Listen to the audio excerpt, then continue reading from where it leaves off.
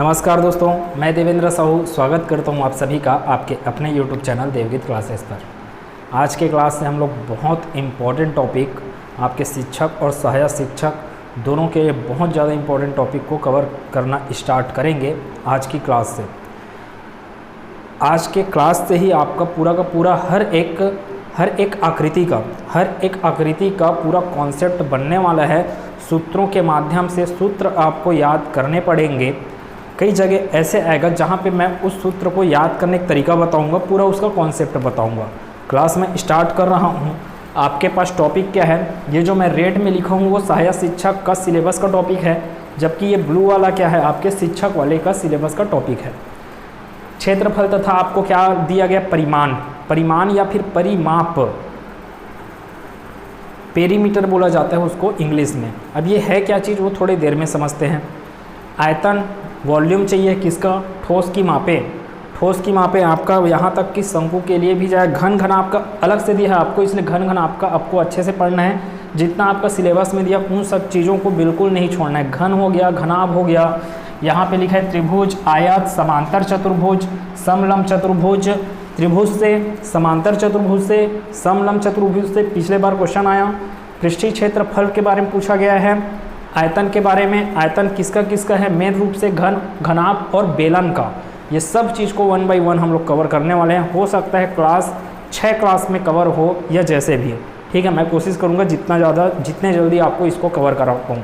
इस टॉपिक को छोड़ के बिल्कुल मत जाइएगा। यहाँ से 3 प्रश्न आपके एग्ज़ाम में बनने वाले, कम से कम 3 प्रश्न आपके एग्ज़ाम में आएंगे ही आएंगे, ठीक है।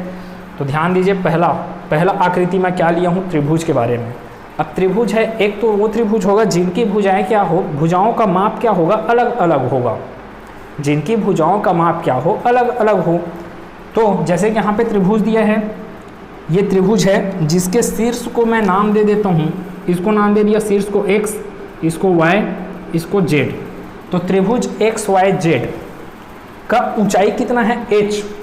ऊंचाई बोलने का मतलब है ये b, ये जो मध्य बिंदु है यहाँ से लेके x तक अगर मैं लाइन खींचूं तो उस लाइन को मैं बोलूँगा ऊंचाई, ठीक है।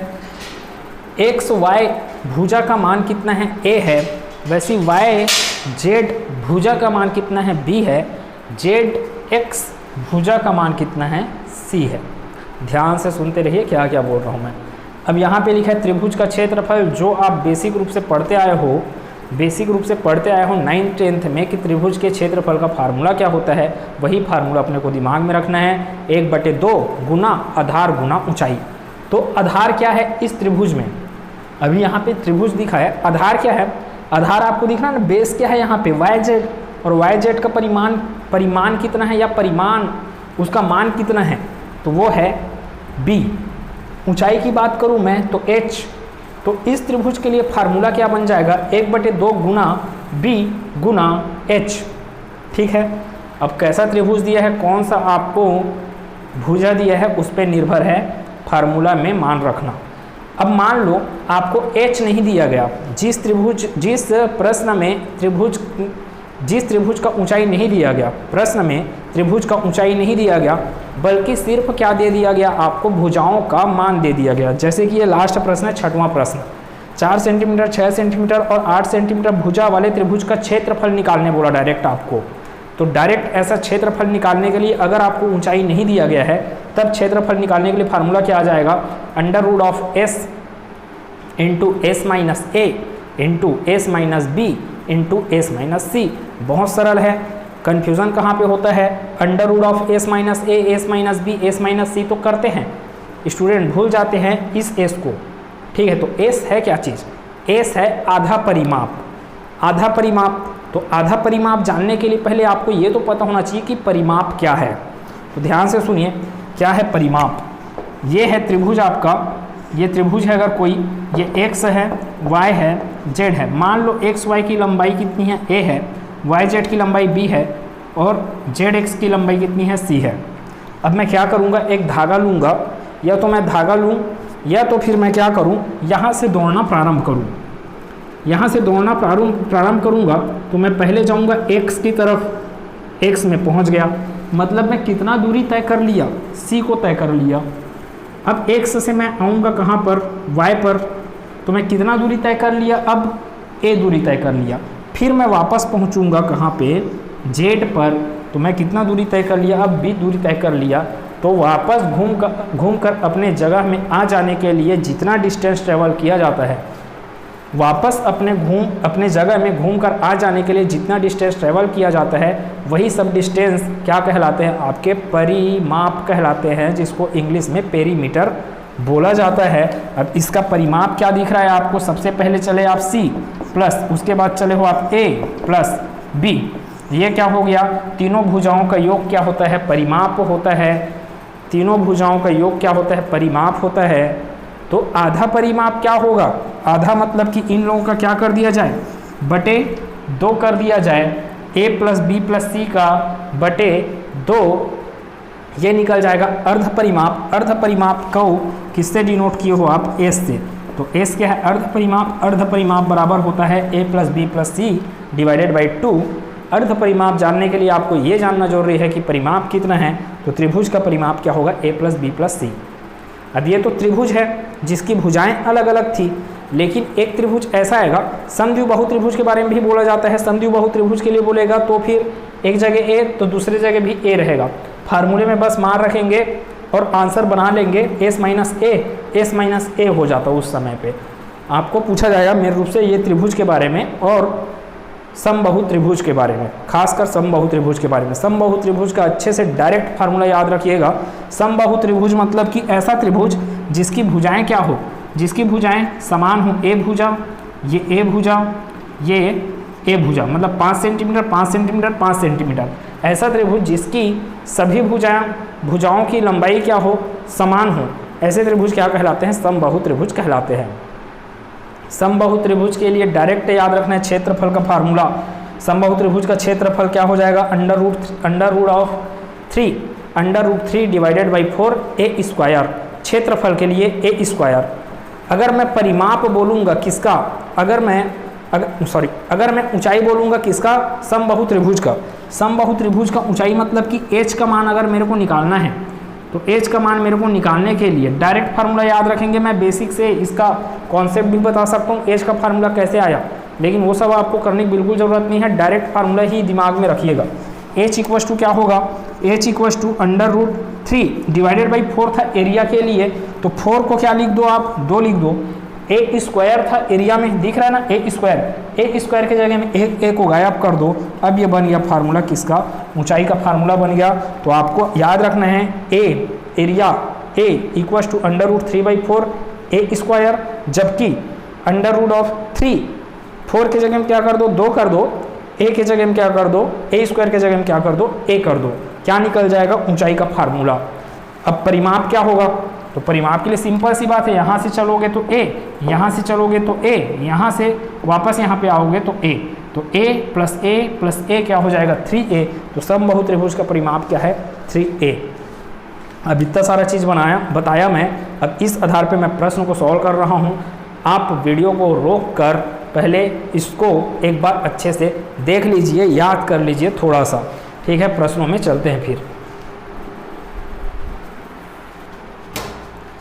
देखिए पहला प्रश्न क्या बोला गया है, आपको ऑप्शन उसमें ठीक से नहीं दिख रहे होंगे, मैं ऑप्शन को अलग से लिख देता हूँ। प्रश्न क्या बोला गया है, समबाहु त्रिभुज की ऊंचाई क्या है। सबसे पहली बात, समबाहु त्रिभुज के बारे में बोला गया, ऊंचाई को पूछ रहा है, जिसकी प्रत्येक भुजा क्या है, 3√3, मतलब a का मान दिया गया है आपको, भुजा a का मान आपको दिया गया है। समबाहु त्रिभुज की ऊंचाई के लिए मैं फार्मूला जानता हूँ, h equals to √3/2 into a। खत्म, यहाँ से आंसर आ जाएगा, अंडर रूट 3/2 इंटू a का वैल्यू कितना दिया, a का वैल्यू 3√3। बस सॉल्व करना है, √3 इंटू √3 इंटू √3 आपको देगा 3, √2 इंटू √2 आपको देता है 2, √4 इंटू √4 आपको देता है 4। तो वैसे ही √3 इंटू √3 आपको देगा 3, और वह जो 3 आया है इस 3 के साथ मल्टीप्लाई होके क्या दे देगा आपको, 9 दे देगा। नीचे में बचा है 2, 9/2 को सॉल्व करोगे तो आंसर है अपने पास 4.5 ऊंचाई है, इसलिए आएगा आंसर मीटर में। खत्म, और क्या करना, कुछ भी तो नहीं था।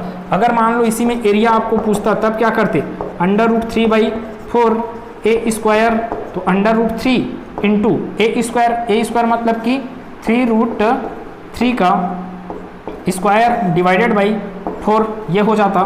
आपको फिर इसको कैसे सॉल्व करना होता, √3 इंटू 3√3, तो ये 3√3 कितने बार है, 2 बार है, तो 3√3 मैं डायरेक्ट इसको सॉल्व कर सकता हूँ 9 या 27 करके।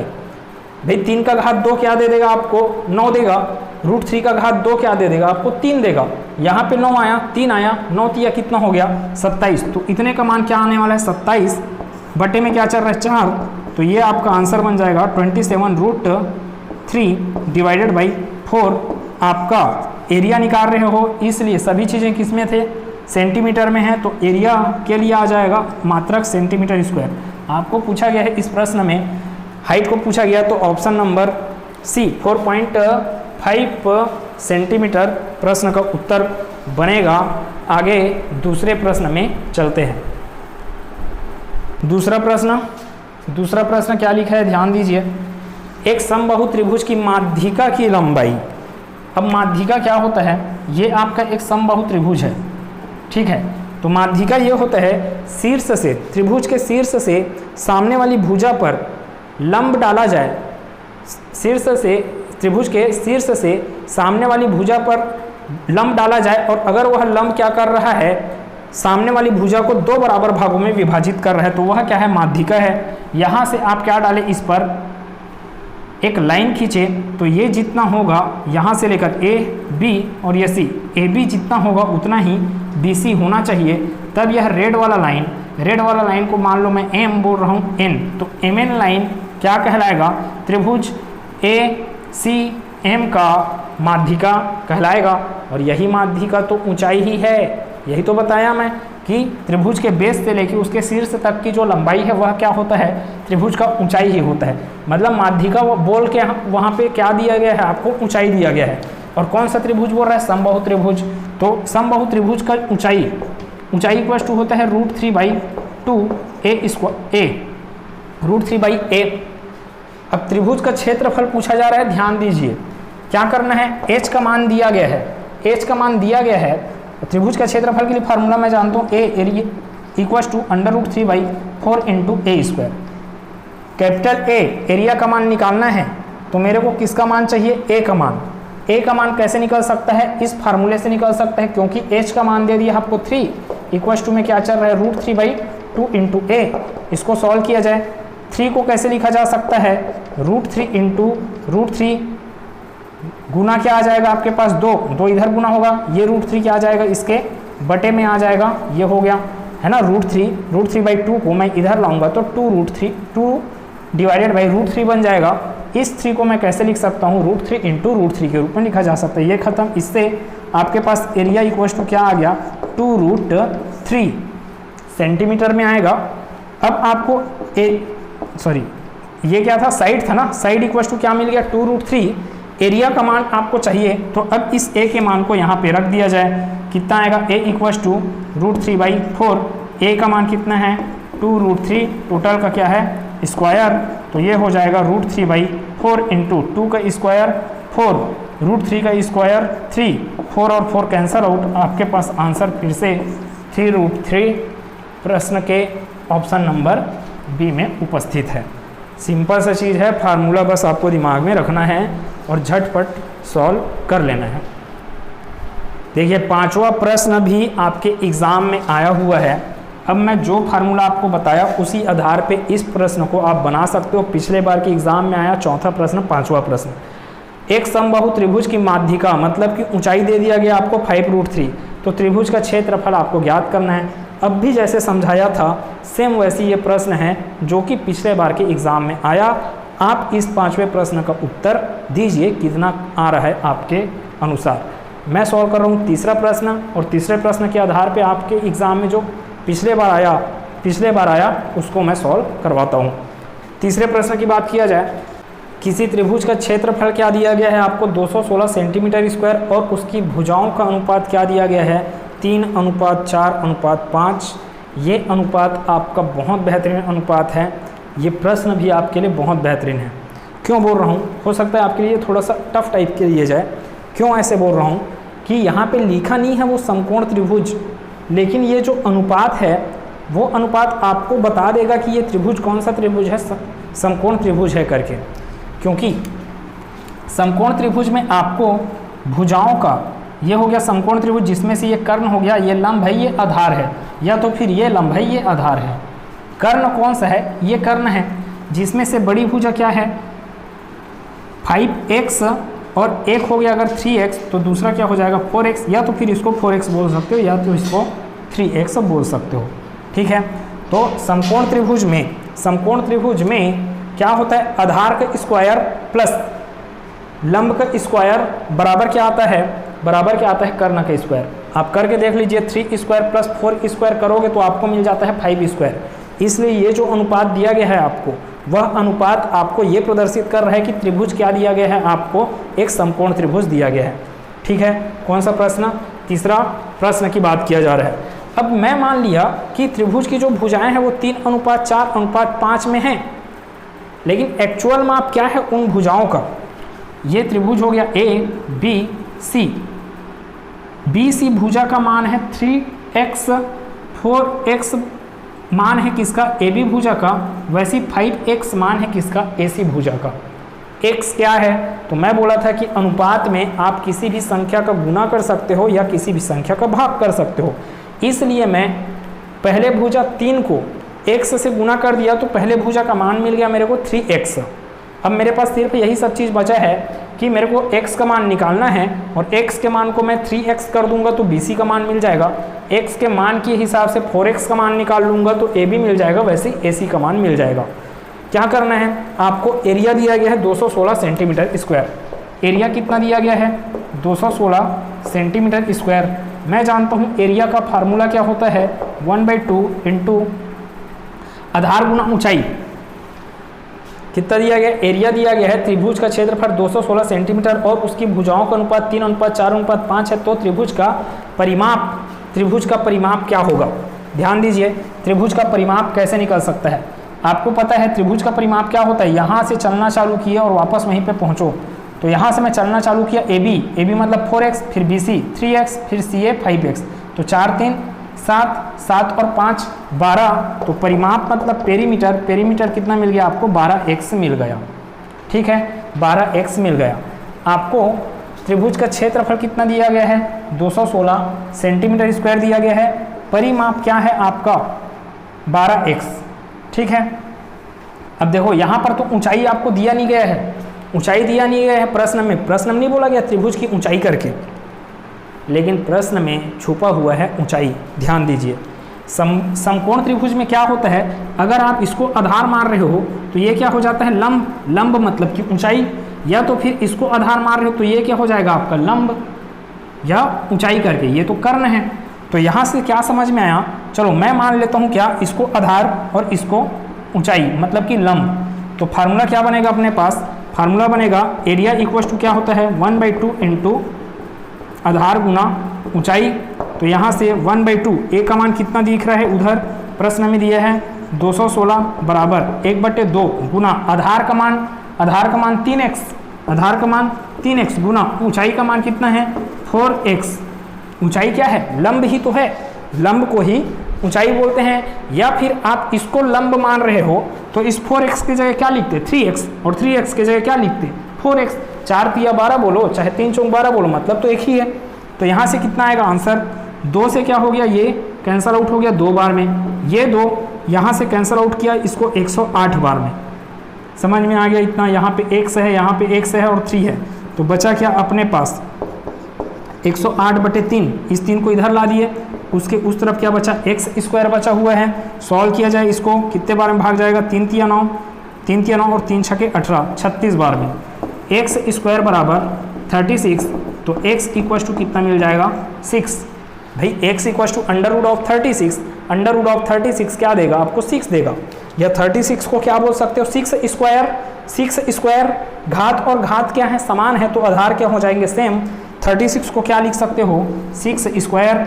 घात और घात समान है तो आधार क्या हो जाएंगे, इक्वल हो जाएंगे, इसलिए x इक्वल टू क्या मिल गया आपको 6। ये तो x इक्वल टू मिला। आपको पूछा क्या जा रहा है प्रश्न में, परिमाप पूछा जा रहा है। परिमाप क्या निकाले बैठे हो आप 12x, तो x का मान परिमाप में रख दीजिए, क्या आ जाएगा 12 इंटू 6, 12 इंटू 6 मतलब कि 72 प्रश्न का उत्तर है। बहुत बेहतरीन प्रश्न था।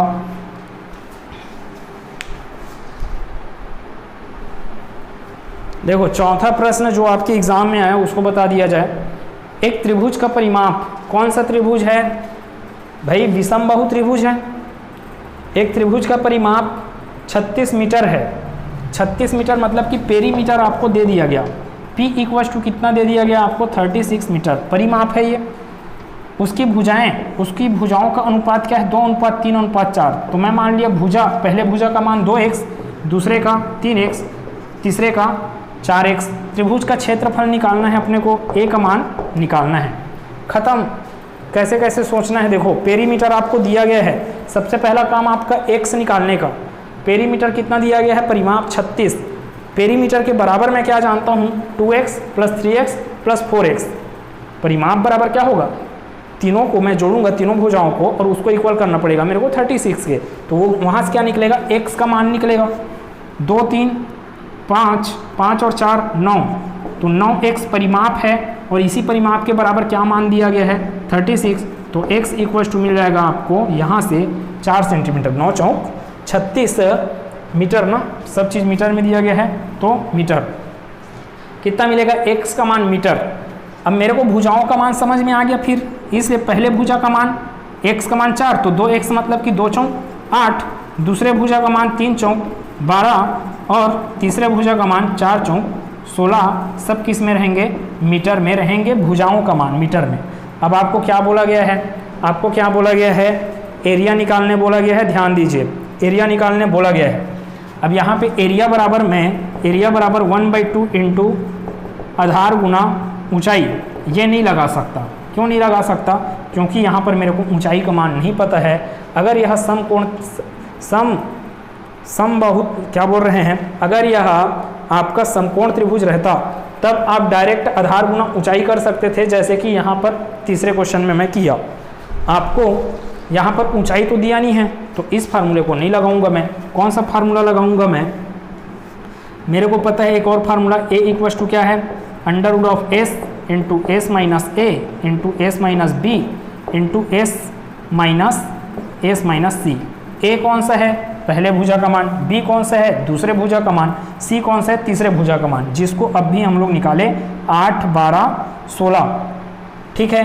पेरीमीटर और परिमाप क्या दिया गया है आपको? 36। इसलिए अर्ध परिमाप क्या हो जाएगा? s क्या है? अर्ध परिमाप। तो s का मान कितना हो जाएगा? 18। 36 का आधा क्या हो जाएगा? 18। तो मैं मान रखता हूँ चुपचाप और आंसर पा जाता हूँ। a इक्वल टू क्या मिलेगा अपने को? a इक्वल टू मिलेगा s का मान 18 गुना s minus a। 18 minus a का मान 8। 18 माइनस 8 क्या होगा? 10 गुना 18 माइनस b का मान 12। तो 18 माइनस 12 क्या हो जाएगा? 6 गुना 18 माइनस 16, c का मान 16 है, तो 18 माइनस 16 क्या हो जाएगा? 2। अब ये है आपके एरिया का मान। इसको सॉल्व किया जाए, कैसे सॉल्व करते हैं ध्यान दीजिए। यहाँ पे 18 है, इसको लिख लो आप 9 गुना 2। ठीक है, इसको लिख लेते हैं हम लोग। 10 को लिख लिया जाए 2 गुना 5, और 6 को लिख लिया जाए 2 गुना 3, और बचा है अपने पास गुना 2। अब जोड़ा बनाया जाए, 2 का एक जोड़ा, 2 का भी यहाँ पे एक जोड़ा आपको दिख रहा है। मतलब कि 2 यहाँ से निकलेगा बाहर और 2 यहाँ से निकलेगा बाहर। वैसे ये 9 क्या है? 3 का घात 2 है। 9 क्या है? 3 का घात 2 है। तो जब वो बाहर निकलेगा तो इसमें से सिर्फ एक 3 निकलेगा बाहर, है ना? वर्गमूल से बाहर निकलेगा तो अंदर का 2 3 बाहर निकलेगा, तो सिर्फ एक 3 बन जाएगा। अंदर का 2 2 है तो वो बाहर निकलेगा, तो वो सिर्फ 1 2 बचेगा। ठीक है, तो यहाँ से एक 3 निकल गया बाहर, वैसे ही इस 2 से फिर एक बाहर निकल गया, इन 2 से फिर एक बाहर निकल गया। अंदर में क्या क्या बचा? 5 बचा है, 3 बचा है, तो वो बच गया √15 के रूप में। 5 दिया 15, कितना आ रहा है आंसर अपने पास? 3 दूनी 6, 6 दूनी 12, 12√15 मीटर स्क्वायर। अब आपको दिक्कत होगा, नॉन मैथ्स वालों को दिक्कत होगा यहीं पर। कि कैसे किया जाए। तो जितना आप तोड़ सकते हो उसका क्या कर लो, आप गुणनखंड कर सकते हो। गुणनखंड करने से सभी क्या है, छोटे छोटे अभाज्य संख्याओं में टूट जाएंगे। 2 अभाज्य संख्या बाहर निकलेंगे तो सिर्फ एक अभाज्य संख्या बनकर, 2 अभाज्य संख्या बाहर निकलेंगे तो सिर्फ एक अभाज्य संख्या बनकर, जो अभाज्य संख्या जोड़े में नहीं रहेगा वो बाहर नहीं निकलेगा। जैसे कि 5 जोड़े में नहीं था, 3 जोड़े में नहीं था, इस 9 में 3 जोड़े में है, 3 तिया 9 करके, तो यहाँ से निकलेगा 1 3 बस, ठीक है। तो अंदर में बच जाएगा 5 तिया 15। ये एरिया चल रहा है इसलिए क्या आएगा आंसर 12√15 मीटर स्क्वायर। प्रश्न का उत्तर है। 5वें प्रश्न का उत्तर आप कमेंट सेक्शन में दीजिएगा। 6वें प्रश्न का भी उत्तर आप कमेंट सेक्शन में दीजिएगा। कैसे बनाना है ध्यान दीजिए। 4, 6, 8 सेंटीमीटर भुजा वाले त्रिभुज का क्षेत्रफल ज्ञात कीजिए। कुछ नहीं है, यहाँ पे क्या है, ना तो ऊंचाई दिया है आपको ना तो कुछ, सिर्फ भुजाओं का मान दे दिया गया। इसलिए कौन सा फार्मूला लगने वाला है, ये वाला फार्मूला लगने वाला है क्षेत्रफल के लिए। तो ये फार्मूला के लिए ए बी सी का मान तो दे दिया गया है आपको, ए बी सी का मान दे दिया गया। एस का मान कैसे निकलेगा, एस का मान निकलता है ए बी सी को जोड़ने से और उसका क्या कर देने से, आधा कर देने से। तो 4, 6, 10, 10, 8, 18, 18 का आधा 9, एस का मान मिल गया 9, एस का मान मिल गया 9, 9, 9 अंडर रूट ऑफ 9 गुना 9 - 4 5, 9 - 6 3, 9 - 8 1, तो 5 3 1 का गुना किससे, 9 से। 9 गुना 5 गुना 3 गुना 1, ठीक है। अब इसको सॉल्व कीजिए, फिर बताइए कि आपके पास आंसर क्या मिल रहा है। अगले क्लास में मिलते हैं जहाँ पे हम लोग इसके आगे के प्रश्नों पे डिस्कस